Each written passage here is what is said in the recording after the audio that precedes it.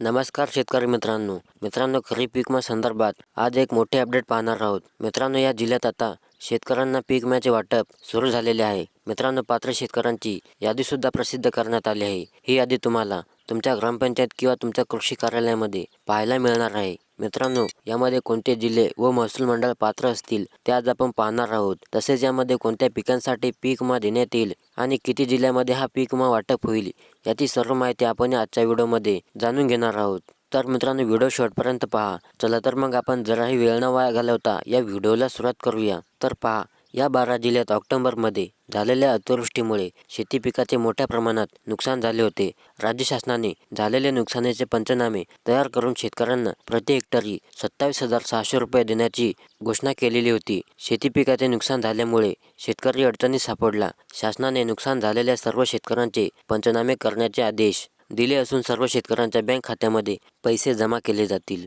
तर पहा, या 12 जिल्ह्यात सप्टेंबरमध्ये अतिवृष्टी व पूर परिस्थितीमुळे नुकसान झालेल्या शेतकऱ्यांसाठी शासनाकडून 412 कोटी रुपये नुकसान भरपाई मंजूर झाली आहे. ही रक्कम जिल्ह्यातील शेतकऱ्यांच्या बँक खात्यामध्ये डीबीटी मार्फत थेट जमा करण्यात येणार आहे. शेतकऱ्यांनी ई-केवायसी प्रक्रिया पूर्ण करावी असे आवाहन जिल्हाधिकारी अभिजित राऊत यांनी केले आहे. भरपाई शेतकऱ्यांना तात्काळ मिळावा यासाठी कृषी मंत्र्यांनी तातडीचे आदेश दिले आहेत. तेव्हा संबंधित विमा कंपनीने 4,23,000 शेतकऱ्यांना स्थानिक नैसर्गिक आपत्ती पीक काढणी ऑनलाईन आणि ऑफलाईन केलेल्या तक्रारीवरून 346 कोटी 67,97,413 रुपयांचा मोबदला अदा केला होता. 2023 पीक कापणी प्रयोग अंतर्गत सोयाबीन उत्पादकांचे मोठे नुकसान झाले होते. हे स्पष्ट झाल्यानंतर जिल्ह्यातील जवळपास 34 मंडळातील 2.25 लाख शेतकऱ्यांच्या खात्यावर सध्या पैसे पडू लागले आहेत. परिणामी जिल्ह्यातील जवळपास 2.5 लाख शेतकरी सोयाबीन पिकाचे नुकसान होऊनही मदतीपासून वंचित राहिले आहेत. या समितीने पीक विमा कंपनीने कापणी प्रयोगाविषयी घेतलेले आक्षेप फेटाळून लावले.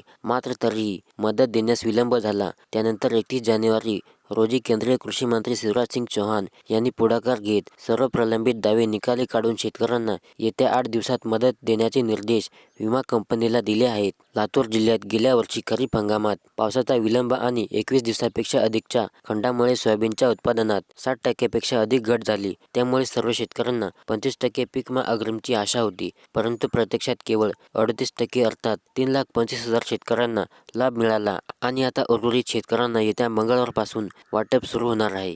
गेल्या वर्षीच्या जुलै आणि ऑगस्टच्या कालावधीत पावसाने 21 दिवसापेक्षा अधिक ताण दिला होता. त्यामुळे सोयाबीन उत्पादनात 60% अधिक घट झाली. जिल्ह्यातील सर्व खातेदार शेतकऱ्यांना नुकसान भरपाई मिळणे अपेक्षित होते, परंतु केवळ 32 मंडळातील 3,08,000 अर्जदार शेतकऱ्यांना 25% प्रमाणे 210 कोटी 58,13,000 रुपये भरपाई मिळाली आहे आणि उर्वरित शेतकऱ्यांना 75% भरपाई मिळणार आहे.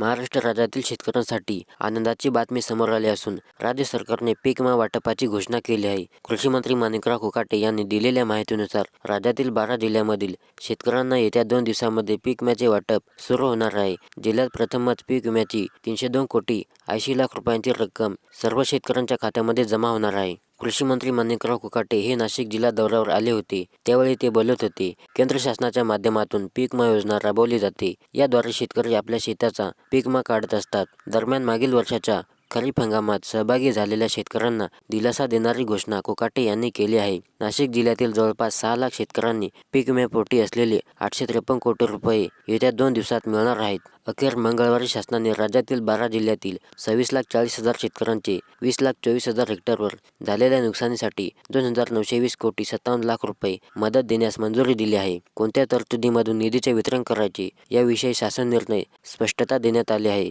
विशेष करून सप्टेंबर, जून, जुलै, ऑगस्ट, ऑक्टोबर या महिन्यातील विविध जिल्ह्यात झालेल्या नुकसानीपोटी नुकसानग्रस्तांच्या मदतीसाठी रक्कम वाटप केले जाणार आहे. तर मित्रांनो, येत्या 2 दिवसांमध्ये शेतकऱ्यांच्या खात्यामध्ये ही सर्व रक्कम जमा होणार आहे. तर मित्रांनो, ही शेतकऱ्यांसाठी मोठी आनंदाची बातमी ठरणार आहे, कारण आता त्यांच्या खात्यामध्ये पीक विम्याचे पैसे जमा होणार आहेत. तर मित्रांनो, व्हिडिओ आवडल्यास नक्की लाईक करा आणि चॅनलला सबस्क्राईब करा.